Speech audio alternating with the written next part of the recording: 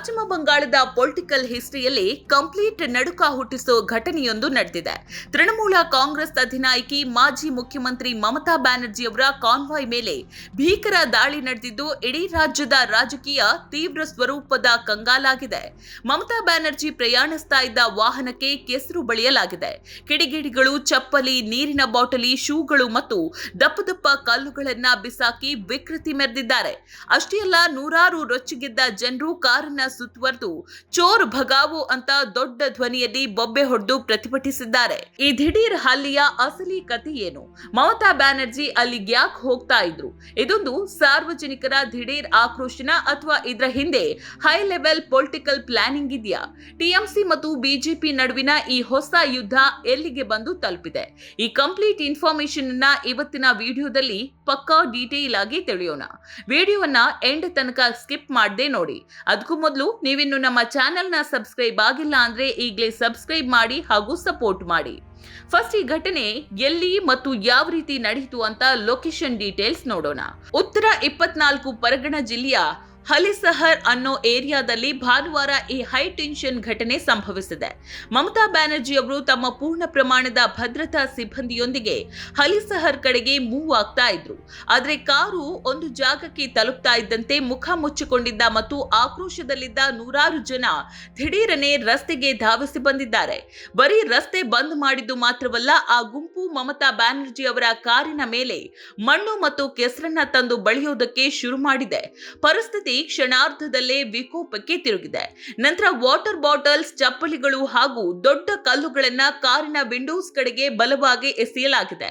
Protesters control ತಪ್ಪಿ ಮಮತಾ ಬ್ಯಾನರ್ಜಿ ವಿರುದ್ಧ ಕಳ್ಳಿ ಮತ್ತು ಡಕಾಯಿತರ ರಾಣಿ ಅಂತ ಜೋರಾಗಿ ಕಿರುಚೋದಕ್ಕೆ ಶುರು ಮಾಡಿ ಕಾರಿನತ್ತ ಮುತ್ತಿಗೆಯನ್ನ ಹಾಕಿದ್ದಾರೆ. ಸ್ಪಾಟ್ನಲ್ಲಿ ಕ್ಷಣಕಾಲ ಪರಿಸ್ಥಿತಿ ಕೈಮೀರಿ ಹೋಗಿತ್ತು. ತಕ್ಷಣ ಅಲರ್ಟ್ ಆದಂತಹ ಪೊಲೀಸ್ ಪಡೆ ರಂಗಕ್ಕಿಳಿದು ಪ್ರತಿಭಟನಾಕಾರರನ್ನ ಕಷ್ಟಪಟ್ಟು ಹಿಂದಕ್ಕೆ ತಳ್ಳಿ ಕಾನ್ವಾಯ್ಗೆ ದಾರಿ ಮಾಡಿಕೊಟ್ಟಿದೆ. ಸದ್ಯಕ್ಕೆ ಅಲ್ಲಿ ವಾತಾವರಣ ಭಾರಿ ಬಿಗುವಿನಿಂದ ಕೂಡಿದ್ದು ಎಕ್ಸ್ಟ್ರಾ ಪೊಲೀಸ್ ಫೋರ್ಸ್ ಅನ್ನ ನಿಯೋಜಿಸಲಾಗಿದೆ. ಈಗ ನಿಮ್ಮ ಮನಸ್ಸಲ್ಲಿ ಒಂದು ಪ್ರಶ್ನೆ ಏಳಬಹುದು. ಮಮತಾ ಬ್ಯಾನರ್ಜಿ ಅವರು ಅಷ್ಟೊಂದು ಬಿಗಿ ಭದ್ರತೆಯಲ್ಲಿ ಆ ಜಾಗಕ್ಕೆ ಯಾಕೆ ಹೋಗ್ಬೇಕಿತ್ತು? ಅಲ್ಲಿನ ಜನರಿಗೆ ಅಷ್ಟೊಂದು ಕೋಪ ಯಾಕಿತ್ತು? ಇದರ ಹಿಂದೆ ಒಂದು ಮೈನ್ ಬ್ಯಾಕ್ ಗ್ರೌಂಡ್ ಮ್ಯಾಟರ್ ಇದೆ ಇಲ್ಲಿ. ಇತ್ತೀಚೆಗೆ ಕಾಂಚಪಾಲ ಮುನ್ಸಿಪಾಲಿಟಿಯ ಮಾಜಿ ಕೌನ್ಸಿಲರ್ ಚೆನ್ನಿ ಶರ್ಮಾ ಅವರ ಪತ್ನಿ ಟಿಎಂಸಿಯ ಆಕ್ಟಿವ್ ವರ್ಕರ್ ಬಿರ್ಜು ಕೆಒಟ್ ಎಂಬವರನ್ನ ಪೊಲೀಸರು ಬಂಧಿಸಿದ್ರು. ಇವರ ಮೇಲೆ ಎಕ್ಸ್ಟಾರ್ಷನ್ ಅಂದ್ರೆ ಬೆದರಿಕೆ ಹಾಕಿ ಹಣ ವಸೂಲಿ ಮಾಡೋದು ಮತ್ತು ಭ್ರಷ್ಟಾಚಾರದ ಗಂಭೀರ ಆರೋಪಗಳಿದ್ವು. ಆದ್ರೆ ಪೊಲೀಸ್ ಕಸ್ಟಡಿಯಲ್ಲಿದ್ದಾಗಲೇ ಬಿರ್ಜು ಅವರ ಆರೋಗ್ಯ ಸ್ಥಿತಿ ತೀವ್ರವಾಗಿ ಕ್ಷೀಣಿಸಿ ಚಿಕಿತ್ಸೆ ವೇಳೆ ಆಸ್ಪತ್ರೆಯಲ್ಲಿ ಅವರು ಮೃತಪಟ್ಟಿರ್ತಾರೆ. ಅಲ್ಲಿಂದಲೇ ಅಸಲಿ ಗೊಂದಲ ಶುರುವಾಗೋದು. ಬಿರ್ಜು ಅವರ ಫ್ಯಾಮಿಲಿ ಮತ್ತು ಬೆಂಬಲಿಗರು ಮಾಡ್ತಿರೋ ಆರೋಪ ಏನಂದ್ರೆ ಪೊಲೀಸರೇ ಕಸ್ಟಡಿಯಲ್ಲಿ ಅತಿಯಾಗಿ ಟಾರ್ಚರ್ ನೀಡಿ ಕೊಂದಿದ್ದಾರೆ ಅಂತ. ಆದ್ರೆ ಪೊಲೀಸರು ಮಾತ್ರ ಇಲ್ಲ, ಅವರಿಗೆ ಸಡನ್ ಹಾರ್ಟ್ ಅಟ್ಯಾಕ್ ಆಗಿ ಸಾವನ್ನಪ್ಪಿದ್ದಾರೆ ಅಂತ ಸ್ಟೇಟ್ಮೆಂಟ್ ಕೊಟ್ಟಿದ್ದಾರೆ. ಕಸ್ಟಡಿ ಡೆತ್ ನಲ್ಲಿ ಸಾವನ್ನಪ್ಪಿದ ತಮ್ಮದೇ ಪಕ್ಷದ ಕಾರ್ಯಕರ್ತನ ಕುಟುಂಬಕ್ಕೆ ಸಾಂತ್ವನ ಹೇಳೋದಕ್ಕೆ ಅವರ ಮನೆಗೆ ಭೇಟಿ ನೀಡೋದಕ್ಕೆ ಮಮತಾ ಬ್ಯಾನರ್ಜಿ ಹೊರಟಿದ್ರು. ಆದ್ರೆ ಕಸ್ಟಡಿ ಡೆತ್ ನಿಂದ ಅತಿಯಾದ ಸಿಟ್ಟಿನಲ್ಲಿದ್ದ ಸ್ಥಳೀಯರು ಮತ್ತು ಪ್ರೊಟೆಸ್ಟರ್ಸ್ ಆ ಆಕ್ರೋಶವನ್ನ ಮಮತಾ ಅವರ ಕಾನ್ವಾಯ್ ಮೇಲೆ ತೀರಿಸಿಕೊಂಡಿದ್ದಾರೆ. ಈ ರೀತಿಯ ಶಾಕಿಂಗ್ ಅಟ್ಯಾಕ್ ನಡೆದ ಮೇಲೆ ಮಮತಾ ಬ್ಯಾನರ್ಜಿ ಸಖತ್ ಪವರ್ಫುಲ್ ಆಗಿ ರಿಯಾಕ್ಷನ್ ಮಾಡಿದ್ದಾರೆ. ಸ್ಥಳೀಯ ಪೊಲೀಸರು ಮತ್ತು ವಿಪಕ್ಷ ನಾಯಕರ ವಿರುದ್ಧ ಅವರು ತೀವ್ರವಾಗಿ ಕಿಡಿಕಾರಿದ್ದಾರೆ. ಮಮತಾ ಬ್ಯಾನರ್ಜಿ ಮಾತನಾಡಿ, ಪೊಲೀಸರ ಕಣ್ಣೆದುರೇ ದುಷ್ಟ ಶಕ್ತಿಗಳು ನನ್ನ ಕಾರಿನ ಮೇಲೆ ಬೃಹತ್ ಗಾತ್ರದ ಕಲ್ಲುಗಳನ್ನ ತೂರಿದ್ದಾರೆ. ಅದೃಷ್ಟವಶಾತ್ ನನ್ನ ಕಾರಿನ ಗ್ಲಾಸ್ಗಳು ಬಂದ್ ಆಗಿದ್ವು. ಒಂದು ವೇಳೆ ಕಿಟಕಿ ಗಾಜು ಓಪನ್ ಇದ್ದಿದ್ರೆ ಆ ಕಲ್ಲು ತಲೆಗೆ ಬಿದ್ದು ನನ್ನ ಜೀವವೇ ಹೋಗ್ತಾ ಇತ್ತು. ಅಲ್ಲಿ ನಾವೆಲ್ಲರೂ ಕೊಲೆಯಾಗುವಷ್ಟರ ಮಟ್ಟಿಗೆ ಪರಿಸ್ಥಿತಿ ಅಪಾಯಕಾರಿಯಾಗಿತ್ತು ಅಂತ ಆತಂಕ ವ್ಯಕ್ತಪಡಿಸಿದ್ದಾರೆ. ಅಷ್ಟಕ್ಕೆ ನಿಲ್ಲಿಸದೆ ಪೊಲೀಸರ ವೈಫಲ್ಯವನ್ನ ಪ್ರಶ್ನಿಸಿದ ಅವರು, ಪೊಲೀಸರು ಅಲ್ಲಿ ಸುಮ್ಮನೆ ನಿಂತು ಬಿಜೆಪಿಗೆ ರಕ್ಷಣೆ ಕೊಡ್ತಾ ಇದ್ದಾರೆ. ನನ್ನ ಇಡೀ ಪೊಲಿಟಿಕಲ್ ಕೆರಿಯರ್ ನಲ್ಲೇ ಇಂತಹ ಕೊಲೆ ಬೆದರಿಕೆಯ ದಾಳಿಯನ್ನ ನಾನು ಕಂಡಿರಲಿಲ್ಲ. ಇದು ನನ್ನನ್ನ ಮುಗಿಸಲು ಮಾಡಿರುವ ಪಕ್ಕಾ ಪ್ಲಾನ್ ಅಂತ ನೇರವಾಗಿ ಆರೋಪ ಮಾಡಿದ್ದಾರೆ.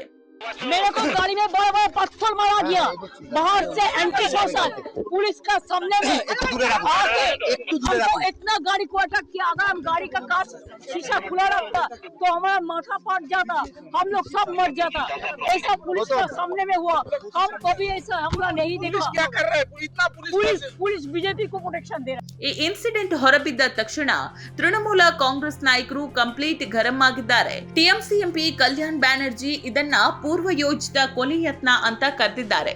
ಕಲ್ಯಾಣ್ ಬ್ಯಾನರ್ಜಿ ನೇರವಾಗಿ ಬಿಜೆಪಿ ಕಡೆಗೆ ಬೆರಳು ಮಾಡಿ ಮಮತಾ ಬ್ಯಾನರ್ಜಿ ಅವರನ್ನ ಮುಗಿಸೋಕೆ ಅಂತ ಏಕೈಕ ಉದ್ದೇಶದಿಂದ ಬಿಜೆಪಿ ಕಾರ್ಯಕರ್ತರು ಈ ರೀತಿ ಕಲ್ಲು ತೂರಿದ್ದಾರೆ. ಸುವೇಂದು ಅಧಿಕಾರಿ ಅವರ ನೇರ ಮಾರ್ಗದರ್ಶನದಲ್ಲೇ ಈ ದಾಳಿ ನಡೆದಿದೆ. ಪೊಲೀಸರು ಕೇವಲ ಪ್ರೇಕ್ಷಕರಾಗಿ ನಿಂತಿದ್ರು ಅಂತ ಗಂಭೀರ ಆರೋಪ ಮಾಡಿದ್ದಾರೆ.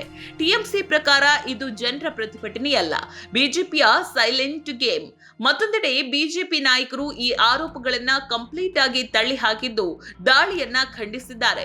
ಪಶ್ಚಿಮ ಬಂಗಾಳ ಬಿಜೆಪಿ ಅಧ್ಯಕ್ಷ ಶಮೀಕ್ ಭಟ್ಟಾಚಾರ್ಯ ಮತ್ತು ಬಿಜೆಪಿಯ ಹಿರಿಯ ನಾಯಕಿ ಅಗ್ನಿಮಿತ್ರ ಪೌಲ್ ಸ್ಪಷ್ಟನೆ ನೀಡಿ, ರಾಜಕೀಯಕ್ಕಾಗಿ ಕಲ್ಲೆಸೆಯುವುದು, ಕೆಸರು ಬಳಿಯೋದು ಅಥವಾ ಚಪ್ಪಲಿ ತೂರೋದನ್ನ ಬಿಜೆಪಿ ಎಂದಿಗೂ ಬೆಂಬಲಿಸೋದಿಲ್ಲ.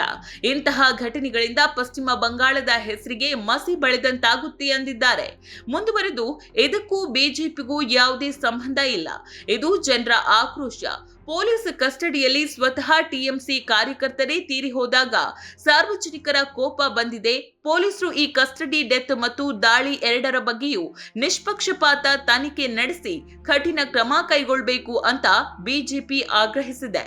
ಒಟ್ಟಾರೆಯಾಗಿ ಹೇಳಬೇಕಂದ್ರೆ ಪಶ್ಚಿಮ ಬಂಗಾಳದಲ್ಲಿ ಈಗ ರಾಜಕೀಯ ವಾತಾವರಣ ತೀವ್ರ ಗಂಭೀರ ರೂಪ ಪಡೆದುಕೊಂಡಿದೆ. ಕಸ್ಟಡಿ ಡೆತ್ನಿಂದ ಸಾರ್ವಜನಿಕರು ಕೋಪಗೊಂಡಿದ್ರೆ ಮಾಜಿ ಮುಖ್ಯಮಂತ್ರಿಯ ಕಾರಿನ ಮೇಲೆಯೇ ದಾಳಿ ನಡೆದಿರೋದು ಇಡೀ ದೇಶದ ಗಮನ ಸೆಳೆದಿದೆ. ಟಿಎಂಸಿ ಇದನ್ನ ಬಿಜೆಪಿಯ ಕೊಲೆ ಯತ್ನ ಅಂದ್ರೆ, ಬಿಜೆಪಿ ಇದನ್ನ ಸರ್ಕಾರದ ವಿರುದ್ಧ ಸಾರ್ವಜನಿಕರ ಆಕ್ರೋಶ ಅಂತಿದೆ. ಈ ಇಡೀ ಘಟನೆಯ ಬಗ್ಗೆ ನಿಮ್ಗೇನನ್ಸುತ್ತೆ? ಕಸ್ಟಡಿ ಡೆತ್ಗೆ ನಿಜವಾದ ಕಾರಣ ಏನು? ಟಿಎಂಸಿ ದಾಳಿಯ ಹಿಂದೆ ಯಾರ ಕೈವಾಡ ಇರಬಹುದು?